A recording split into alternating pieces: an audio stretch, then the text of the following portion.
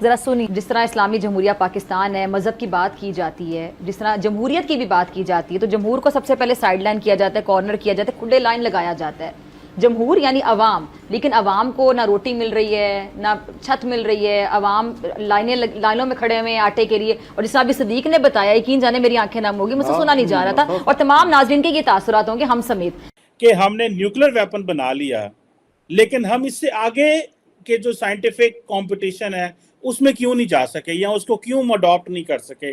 तंजन कहते थे ना, लोग अचार से रोटी खाते हैं। आज लोगों के पास अचार से रोटी खाने के पैसे नहीं है डॉक्टर साहिबा। भारत 2047 का गोल सेट करता है और 1947 से पाकिस्तान ये गोल सेट नहीं कर पाता, बल्कि हम तो मजीद समझते हैं कि पाकिस्तान को मुसलमान करने की ज़रूरत है। अब पाकिस्तानी जो है वो मुसलमान हो ना हो, पाकिस्तान को मुसलमान करें, कानून जो है वो बनाते जाएं। ये क्यों हम गोल नहीं सेट कर रहे। वो तो कह रहे हैं कि हमने 2047 तक जो है वो अपने आप को क्लीन एनर्जी पे शिफ्ट कर लेना है।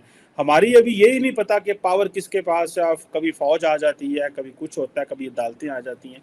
कि एक मुल्क ने अपने गोल सेट किए 1947 में कि हमने एक सेकुलर लिबरल इंक्लूसिव डेमोक्रेसी बनना है, और कॉन्स्टिट्यूशन बनाई कि हमारी हुकूमतें हमेशा इलेक्ट होंगी। और वो उन्होंने 1952 में इलेक्शन करवा लिया। 1952 में 50 में उनकी कॉन्स्टिट्यूशन बन के इम्प्लीमेंट होनी शुरू हो गई। हाँ जी, तो उन्होंने हर जो अपने इरादे बनाए थे वो साथ साथ पूरे करते गए। ये क्वेश्चन आता है ना कि ऐसा क्या है कि नरेंद्र मोदी, जिसके पास हम कहते हैं जी चाय वाला है, वो इंडिया ने बड़ी उनकी प्रोजेक्शन की इस बात से। जय हिंद दोस्तों, आपको पता ही है कि पाकिस्तान की जो कंडीशन है ये ऐसी क्यों हुई है। पाकिस्तान की इकोनॉमी, पाकिस्तान में हर तरह के क्राइसिस, आप बोलें food crisis, gas crisis, identity crisis, economy crisis, सब कुछ पाकिस्तान में ही देखने को मिल रहा है। बोले तो पाकिस्तान क्राइसिस का बाप बनता हुआ दिख रहा है। लेकिन यह ऐसा हुआ क्यों? क्योंकि मौलवी कल्चर के चलते पाकिस्तानी ना तो साइंस पढ़ते हैं, ना टेक्नोलॉजी पढ़ते हैं, ना ही मैथ्स पढ़ते हैं, किसी भी फील्ड में आगे नहीं रहते, सिर्फ दीनी एजुकेशन के ऊपर काम करते हैं। और जब बात आती है भारत से कंपैरिजन की, तो एक बार बात की गई कुछ मौलवियों से कि भारत तो चांद पे पहुंच गया, तो उन्होंने बोल दिया कि भारत को चांद पे पहुंचने की जरूरत क्या है, हम तो चांद रोज अपने धरती से देखते हैं, अपने छत से चांद देखते हैं। इसी तरह से जब साइंस की बात की गई तो बोला जाता है कि साइंस भारत पे बहुत आगे बढ़ गया, भारत साइंस के बिहार पे बहुत तरक्की कर गया। तो मौलवी कहता है कि साइंस को मैं अपनी जूती पे रखता हूं। तो इस तरह के बेबुनियादी बयानात आपको देखने को मिलते हैं, जो कि पाकिस्तानी अवाम और पाकिस्तानी इकोनॉमी को गिराने का काम कर रहे हैं। और यही एक रीजन है जिसकी वजह से पाकिस्तान आज गर्त में जाता हुआ दिख रहा है। आप यहाँ पे वीडियो देखिए, एक्सपर्ट्स के व्यूज आपको देखने को मिलेंगे। कि देखिए जी चाय वाला, तो अभी वो वहां से जी एक ग्लोबल लीडर के तौर पे सामने आया है। लेकिन हमारा इमरान खान को देखें, ऑक्सफोर्ड का पढ़ा है, बेनजीर को देखें, जुल्फकार को देखें, मुशर्रफ को देखें, मिलिट्री डिक्टेटर भी तो बहुत अच्छी अच्छी जगहों पे पढ़े हुए हैं, उनका भी बहुत ज्यादा तजर्बा है। लेकिन ये क्यों नहीं अपना डॉक्टर साहब वो मैसेज दे सके, या वो एजेंडा पाकिस्तान को 76 सालों में दे सके जो नरेंद्र मोदी जो है वो दे पा रहे हैं। ये बड़ा अच्छा सवाल है, और इसका जवाब यही है कि हिंदुस्तान के अंदर जो लोग आगे आते हैं उनका पूरा एक पॉलिटिकल उसके अंदर करियर होता है, जिसमें वो आजमाए जाते हैं। और उसके बाद अगर उनमें गुर हों और कोई थोड़ी लक भी हो तो वो फिर आगे आ जाते हैं। और एक ऐसे मुआशरे में जिसमें कास्ट सिस्टम और ये और वो इतना मजबूत हो, वहाँ पे नरेंद्र मोदी जी जो खुद बार बार कहते हैं कि मैं चाय बेचता रहा हूँ, और फख्र से कहते हैं, तो वो प्राइम मिनिस्टर भी इलेक्ट हो गए। इंडिया चांद पे जाने की बात कर रहा है, बल्कि कर क्या रहा है, पहुंच रहा है। 5 दिनों में उनका तो वो चंद्रयान थी, तो लथन डे है। हम इस चीज में क्यों नहीं गए कि हाँ हमने चंद्रयान 3 बनाना है? हम इस चीज में क्यों नहीं गए? हमने 5वीं, अगर चांद, just let's stick to this कि हमने न्यूक्लियर वेपन बना लिया, लेकिन हम इससे आगे के जो साइंटिफिक कंपटीशन है उसमें क्यों नहीं जा सके, या उसको क्यों अडॉप्ट नहीं कर सके? क्या आप समझते हैं कि यहाँ पे मिलिट्री एलीट की डोमिनेंस और उनके इंटरेस्ट उस हद तक चीज थे? और अगर हम चंद्रयान 3 टाइप या चांद पे जाने की बात करते तो रिसोर्सेज साइंस एंड एजुकेशन पे इन्वेस्ट करने पड़ने थे। Very good question, and I think exactly जैसे आप कह रहे हैं कि अगर चांद पे जाने का प्रोग्राम होता, आउटर स्पेस को एक्सप्लोर करने का होता, तो फिर हाई एजुकेशन, साइंटिफिक एजुकेशन के बगैर आप आगे नहीं बढ़ सकते। वो तो हमारा कभी प्रायोरिटी रही नहीं। अलबत्ता फौजी जो हैं, हमने मिसाइलें, वो गौरी मिसाइल और ये बना के वो जो है ना इन्वेडर्स की वो जो है लॉजिक को इस्तेमाल करते हुए कि आइंदा आने वाले वक्त में भी हमने दिल्ली पे पहुंचना है, इस किस्म की सोच में हमने सारी अपनी स्केर्स रिसोर्सेज और जो है टेक्निकल नो हाउ इन्वेस्ट कर दी है। और एक और बात है, हमारा माइंड जो है वो अनसाइंटिफिक हो गया है। यानी वो जो मौलवी हैं मुनीब अहमद, जो वो चांद का बताते हैं कि भी नज़र आया या नहीं आया, वो उसी झगड़े में है कि आज से चांद नज़र आया या नहीं आया, जबकि सारी दुनिया में चांद की पोजीशन अगले कई हज़ार साल तक पता है कहाँ होगी। But he is not, they are not willing to accept scientific वो क्या कहते हैं इंफॉर्मेशन। हालांकि सऊदी अरेबिया और ईरान के अंदर वो मौलवियों के हाथ नहीं छोड़ा उन्होंने ये सारी चीज़ें पहले से इस्टेब्लिश कर ली हैं। हम हैं जो हर तरीके से अनइंटेलेक्चुअल, अनसाइंटिफिक सोच को जो है उसको वर्चू समझते हैं। और वो मैंने मौलवी मुनीब को कहते देखा कि मैं साइंस को लात पे रखता हूँ, मैं तो अपने उसी यकीन पे काम करूँगा। तो फिर वहाँ पे कहाँ पे चांद पे जाने की बातें होती हैं? जब चांद पे, अभी सुना है किसी मिनिस्टर को कहा है कि भाई वो तो जा रहे हैं चांद पे, तो वो कहते हैं हमें क्या जाने की जरूरत है, हमें तो रोज नज़र आ जाता है। तो इस किस्म के जवाब देंदे ने कि सानू तो रोज नज़र आ जाता है, सानू उत्थे जाने की जरूरत है।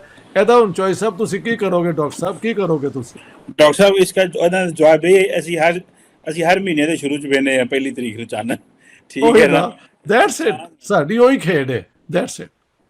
और वो देखें वो डायरेक्टली जा रहे हैं चांद के साउथ पोल पे, जहाँ पे जो है कोई नहीं गया। और वो वहाँ से एक्स्ट्रा ऐसे इमेजेस हम रिसर्च में अक्सर कहते हैं ना कि क्या भाई नई चीज़ क्या कर रहे हैं, ठीक है, सिर्फ ये तो नहीं आप चांद पे जा रहे हैं, तो वो साउथ पोल पे जा रहे हैं, that is they are adding to knowledge, ठीक है, एग्जैक्टली एडिशन कर रहे हैं जो लोग साइंटिस्ट हैं, जो इस चीज़ में जो इस फील्ड के लोग हैं।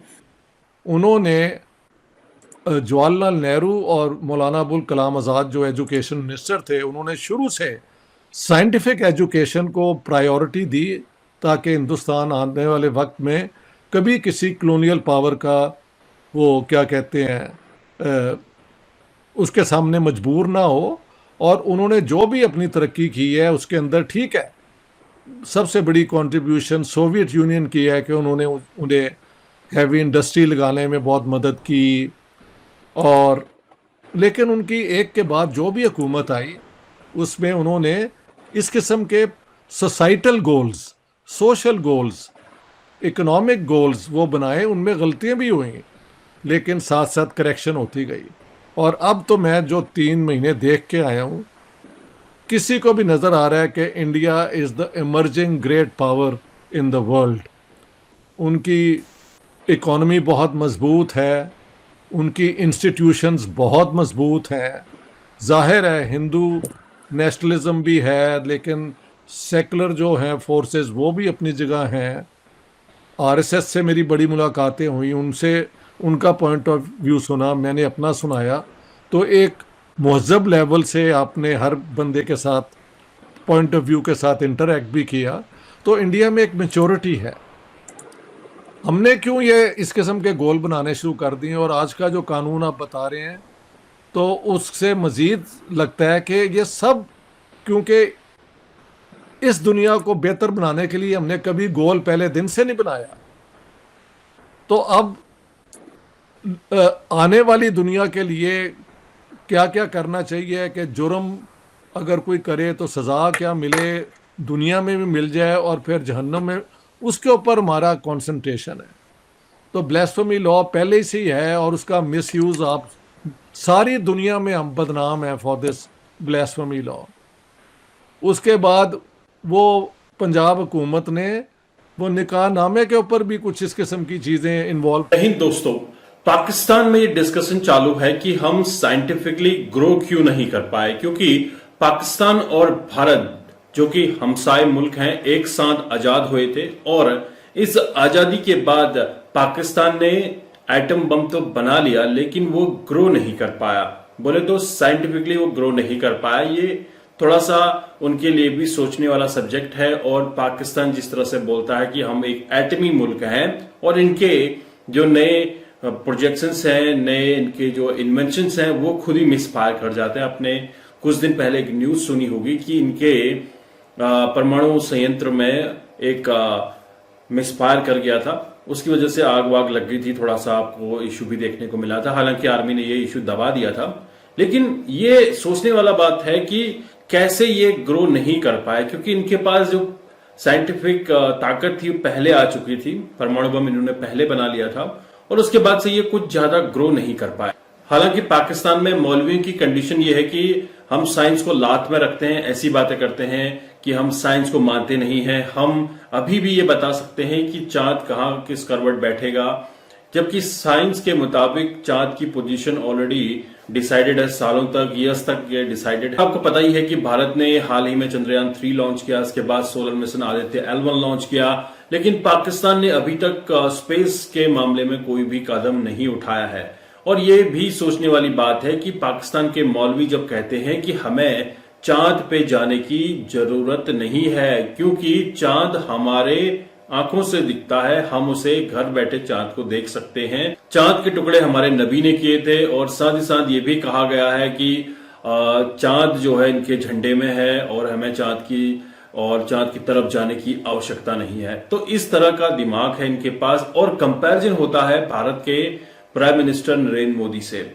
अब नरेंद्र मोदी ने कई बार मंचों से यह भी कहा है कि मैंने बचपन में चाय बेची है, गुर्बत के दिन थे और गरीब लोगों के पीड़ा को वो समझते हैं, तो इसीलिए भारत सरकार ने कई ऐसी मुहिम चलाई है, कई ऐसी योजनाएं चलाई हैं जो कि गरीब आदमी को लाभान्वित करे। लेकिन यहाँ पे पाकिस्तान में ये बात चलाई जा रही है, आपने फिजा खान का वो वीडियो देखा होगा कि मोदी चाय के कटोरे धो धोकर प्राइम मिनिस्टर बने हैं और इमरान खान वर्ल्ड कप जीतकर प्राइम मिनिस्टर बने हैं। और आपको यहाँ पे इमरान खान की हालत तो पता ही होगी, जेल में चहलकदमी कर रहे हैं।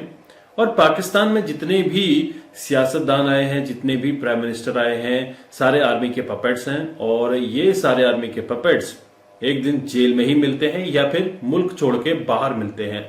तो इस तरह का पाकिस्तान में चलता आया है और आर्मी का जो यहाँ पे कंट्रोल है वही वजह है कि ये ग्रो नहीं कर पाए। और साइंस के बिहाफ पे अगर हम बात करें तो इनका दिमाग साइंस के तौर पे बंद हो चुका है, सिर्फ मजहबी दीन को लेके ये चलते हैं।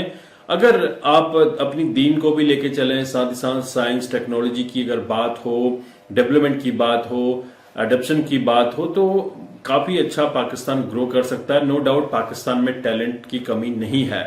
पाकिस्तान के कई ऐसे लोग हैं, कई ऐसे बुद्धिजीवी लोग हैं जो कि बाहर जाके काफी अच्छा कर रहे हैं। अगर हम तरार साहब की बात करें, तरार साहब यूएस से काफी अच्छा एक उन्होंने प्लेटफॉर्म बनाया है जहां से वो पाकिस्तान के लिए और इंटरनेशनल जो वर्ल्ड न्यूज चलती है उसके बारे में भी वो डिस्कस करते नजर आते हैं। काफी अच्छा मुझे उनका सोचने का नजरिया लगता है। और उसी तरह से पाकिस्तान में बहुत सारे ऐसे बुद्धिजीवी, बहुत ऐसे पढ़े लिखे लोग हैं जो कि पाकिस्तान की भलाई के बारे में सोचते हैं। लेकिन पाकिस्तान में जो यंगस्टर्स हैं उनके माइंड में किस तरह से जहर भरा गया है, इसको देखिएगा कि हम भारत को अपना दुश्मन समझते हैं, भारत में जितने भी काफिर रहते हैं उन लोगों को मार देना चाहिए एंड ऑल दैट। इस तरह का उनके दिमाग में जहनियत भरी हुई है। जब तक बच्चों के दिमाग से ये सब चीजें, यंगस्टर जो कि अपने देश का भविष्य है, ये सब नहीं निकलेगा तो पाकिस्तान तरक्की नहीं कर सकता। ये सब चीजें पाकिस्तान को समझ लेनी चाहिए। यहाँ पे भारत आज की डेट में 5वीं बड़ी इकोनॉमी है और आने वाले समय में 3री बड़ी इकोनॉमी बन जाएगा।